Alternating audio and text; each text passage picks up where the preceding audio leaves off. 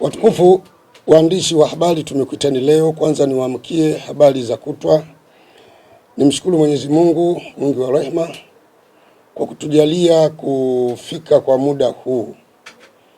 Lakini kubwa, tumekuiteni waandishi wa habari, tuko na wadau nyuma yangu hapa.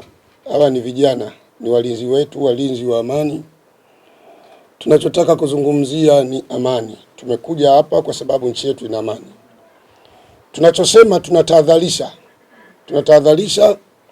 maandamano haramu yaliyoandaliwa na watu wanaojiita wanaharakati, kwamba yatafanyika siku ya tarehe 7 ya mwezi wa 7 mikoa yote Tanzania bara.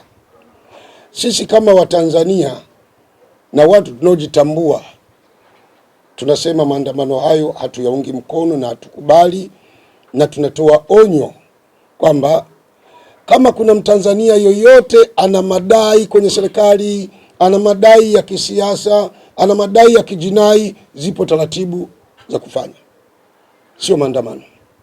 Maandamano yaliyopita tarehe 29 tuliona madhara yake, watu wamekufa, mali zimeharibiwa, na mpaka sasa hivi watu ni maskini. Wao ndio chanzo, walioanzisha vurugu hizo.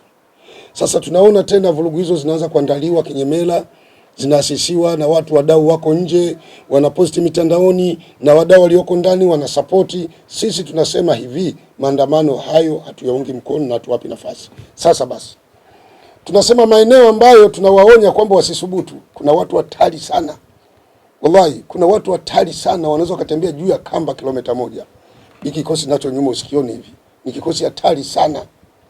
Tumejipanga sana, yani kivizuri kabisa tumejipanga.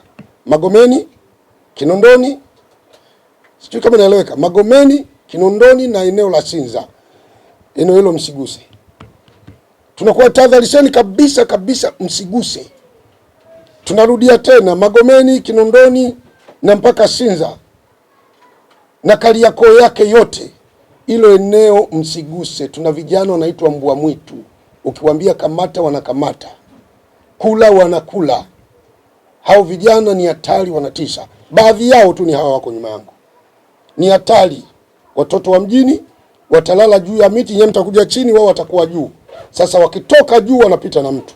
Kwa tunatoa tahadhari, maandamano hayo au vurugu hizo, kama kuna kijana wa Kitanzania anajihusisha, tunamnasihi kwamba asifanye, aache. Kwa kweli kabisa aache. Watu raia wema wamejipanga. Sasa litakalo kukuta, usije ukamlaumu Mungu wala ukalaumu mwanadamu wala ukamlaumu mwanasiasa, umekwenda kulitafuta wewe mwenyewe. Jambo la pili, maandamano haya kiwazi kabisa, kama alivyoeleza mkuu wa mkoa kaka yangu au ndugu yangu Helbert Chalamila, alisema kwamba nguvu tutakayoitumia, au ni polisi, mimi sio polisi, mimi ni raia tu, mimi Mtanzania mwema. Nguvu tutakayoitumia haijawahi kutokea, ni kweli. Sasa kama serikali itatumia nguvu, sisi tutatumia nguvu maradufu kuziwia watu.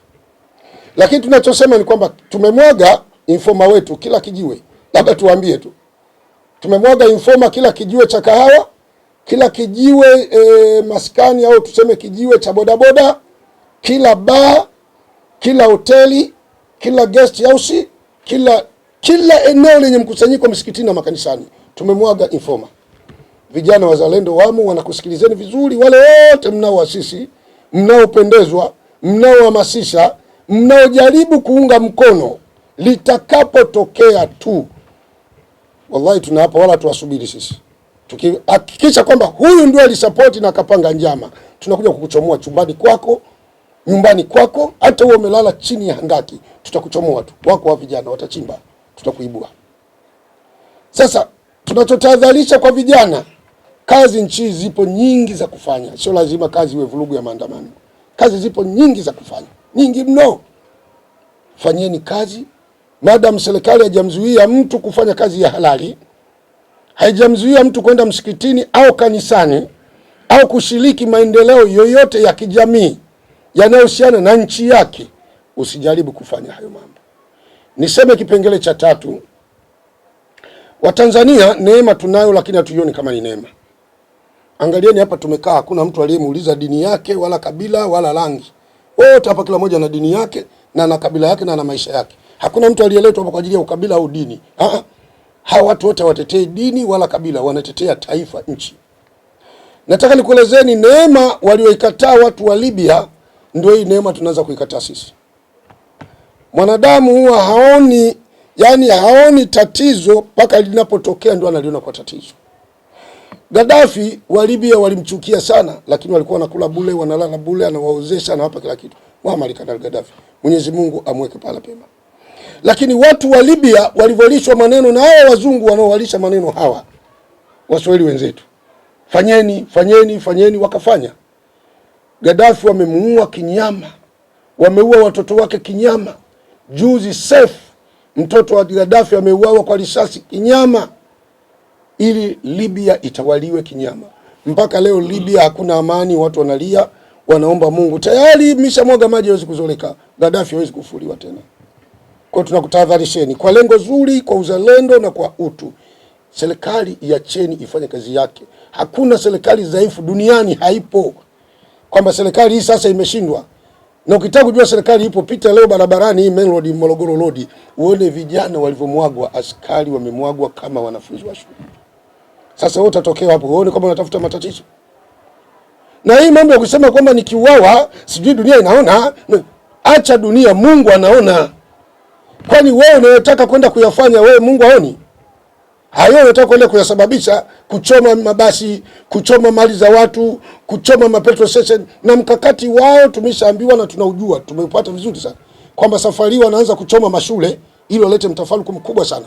Watachoma mashule, wataataki vituo vya polisi, watachoma mahospitali, watachoma vituo vya afya. Tunajua sana, information yao iko hivyo. Sasa watu wa namna hii tukibainika kumpata mmoja, huyo ndio tutamtahiri bila ganzi. Tunasema wazi kabisa, wala tufichi. Tunaelezana kabisa, tutamtahiri bila ganzi na wala elekezwe kibla. Anatahiriwa kwa kuelekezwa kaskazini. Hilo naomba alijue. Kwa hiyo usije ukaingia kwenye 18, wae tumetega kila kona. Utakulusha tu, usisubutu. Wewe kula ugali wako na maharage, tulia nyumbani na familia yako, mshukuru Mwenyezi Mungu kwa kila alichokupa. Kama kuna mtu amekudhulumiwa, yuko Mungu wa haki, atapambana naye.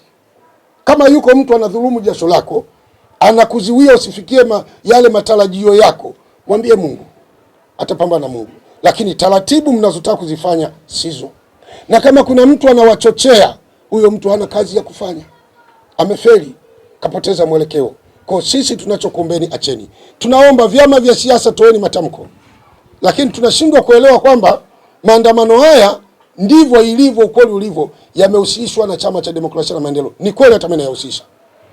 Kwa sababu vyama vyote vimekataa, CCM imekataa, CUF imekataa, ACT imekataa, lakini Chadema hawajatoa tamko. Chadema wanaunga mkono na alitoa tamko. Mimi naeleza wazi, sina ugomvi na Chadema. Chadema ni chama cha kisiasa cha demokrasia na maendeleo. Sasa hayo maendeleo ni ya kuvunja mashule ya watu, ndio maendeleo? Chadema kimejiita chama cha demokrasia na maendeleo. Maendeleo ni kuharibu nchi. Maendeleo ni kufanya siasa. Mbona sasa hivi mnafanya mikutano yenu huko, mnamvuruga Rais Samia, mnavuruga serikali, mnatukana? Kwanza hata sielewi walikuwa Songea, nimesikia ni matusi na vijembe. Hiyo sawa tu, hiyo si siasa yenu. Sababu ni maneno ya muumizi rais, ya muumizi nani? Rais anafanya kazi usiku na mchana. Hayo semeni. Lakini hakuna atakayewaingilia, ni siasa. Lakini maneno aliyosema John Heche akiwa kwenye jimbo la Bwege la zamani, alisema, mimi nimemsikia na recording yake ninayo, alisema tutaandaa maandamano ambayo yatakuwa kuanzia miji yote mikuu mpaka vijijini. Maandamano ambayo hata mtoto mdogo atatoka. Hayo sio maandamano, ni mapinduzi. Hayo ni mapinduzi, mnataka mpindue serikali kwa njia infantry. Sasa mtapambana na vichwa ngumu wenzenu. Kwa hiyo tunaonya, na tunaonya Chama cha Demokrasia na Maendeleo kifanye siasa za kistaarabu. Hakuna anayewazuia wala kuwasema vibaya. Wao ni chama cha kisheria, kimesajiliwa na msajili wa vyama vya siasa, kina haki ya kufanya siasa kokote madam kinafanya siasa kistaarabu. Hakimshurutishi mtu kujiunga na Chadema, wajiunge tu. Lakini tunachosema kwanza, kitu kikubwa ni amani, nidhamu na tuheshimiane. Sasa ukivuruga nchi, bwana Heche, wewe ukija kuwa rais utakuja kuongoza nani? Kama nchi na mwaga damu kila siku, utakuwa mwaga damu. Wewe ukiwa rais tukufanyie na wewe vurugu? Kwa hiyo tufike sehemu ya Tanzania, tuamke, tuwe makini, tuwe watu wenye uwezo wa kufikiri. Tusitumiwe na wazungu kuvuruga nchi. Nchi na neema. Nchi ndio inajengwa Ndugu zangu, hii nchi Nyerere ameichukua kwa wazungu. Nchi kulikuwa hakuna wasomi. Kwa kweli tumeadvance, huwezi kulinganisha na Kenya na Uganda. Nchi ilikuwa na watu wajinga watupu. Watu wenye degree walikuwa wafiki hata 10. 10 hawafiki. Leo tuna wasomi wenye degree wangapi? Zaidi ya 500,000, hata milioni 2 wanazidi. Utasema nchi haina maendeleo. Nchi imechukuliwa na Mwalimu Nyerere, hatuna Muhimbili. Tuna vibanda banda tu pale sema hospitali. Leo tuna hospitali zaidi ya 20 ya rufaa. Nchi hii Mwalimu amechukua, ina daktari mmoja. Leo madaktari vijana wana graduate kila mwaka, hata ajira wanakosa kwa sababu ni wengi kuliko huduma. Hii nchi barabara ya lami ilikuwa inaishia fire. Kutoka Dar es Salaam mpaka Mwanza unazungukia Nairobi. Leo hii ukitaka kwenda Dar es Salaam, size ukitaka kwenda Mwanza kutoka Dar es Salaam, asubuhi unafika Mwanza. Unakunywa chai Mwanza na kula sato. Unasemaje nchi haina maendeleo? Hatusemi maendeleo ya Afrika yanaweza kamalizwa na CCM tu au kwa miaka 60. Unajua tatizo ni kwamba vijana wengi hatutembei, hamtembei. Mimi sio kijana, ni mtu mzima. Vijana wengi hamtembei.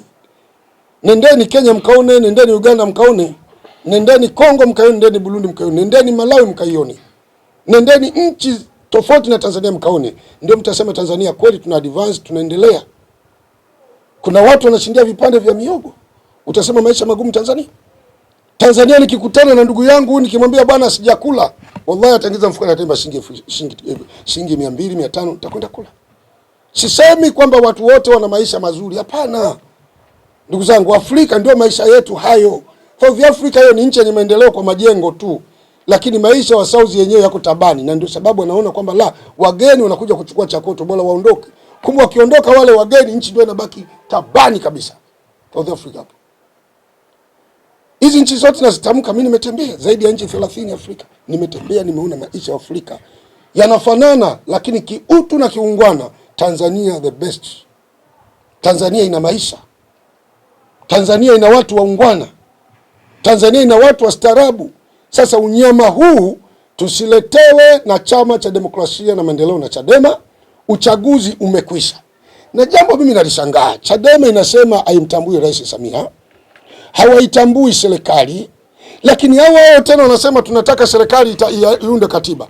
Itaundaje katiba wakati serikali hamuitambui? Yaani wewe mtu mtambui, mwanamke umtambui, umesema huyu simtambui, si mke wangu. Baadaye anabeba mimba anasema ile mimba ni ya kwangu. Wewe una akili kweli? Sasa watu wapimwe vichwa vyao wanapoingia kwenye siasa. Kuna watu wanaingia wameshatumia tumbaku. Kuna watu wanaingia kwenye siasa wako vizuri, wameshapiga chang'aa. Kuna watu wanaingia kwenye siasa vichwa vyao haviko sawa. Sasa hawa watu hatuhitaji wanasiasa wa namna hii, tunahitaji wanasiasa wazalendo. Hawa nyuma yangu ni vijana wazalendo wamejipanga. Kuanzia tarehe 1 tu. Tarehe 1 hawa vijana watakuwa wamejipanga katika mazingira matatu. Kuna vijana watakuwa kwenye patrol ya magari ya kiraia. Na nakwambia brother, sio mchezo. Kuna vijana watakuwa wametulia juu ya miti tu. Wamekaa juu ya miti tu. Kuna vijana watakuwa juu ya vituo vya mabasi. Kuna vijana watakuwa kwenye bodaboda wamebebana mtungo au mshikaki watatu. Sasa alichokuwa nacho maungoni anajua yeye na Mungu wake. Na akikuona ndio wewe anakukabili. Na onyo la mwisho, vijana wote mnaohamasisha kwa njia ya mtandao, tuna wataalamu wetu wa IT huko. Msifikie wajinga wote, sio vilaza hawa. Wako wataalamu wa IT. Wanaofuatilia taratibu. Tukikubaini ndio wewe unahamasisha kwa mtandao, baba tunapita na wewe asubuhi unaamkia huko Central. Mimi sio polisi. Wala mimi sio askari, usiniangalie kwa jina. Kumbe yule askari mwana tayari Central. Central unapelekwa na hawa raia wema. Vijana wa kazi ngumi jiwe. Watakupeleka. Hata uwe mbabe vipi utakula ngumi za chembe mpaka utacheua, wanapita na wewe. Na kueleza ukweli, acha. Jambo la pili, ukionekana unahamasisha au unachangilia, tunataka tuone kila kijana analani ya maandamano. Kila kijana anakataa. Kila kijana anapinga kabisa. Ndio tunataka kuona dhamira ya ndani ya moyo iendane na matendo. Hatuwezi kuwa na vijana wasaliti tu. Hivi jamani, uzalendo, kwa nini tunakosa uzalendo?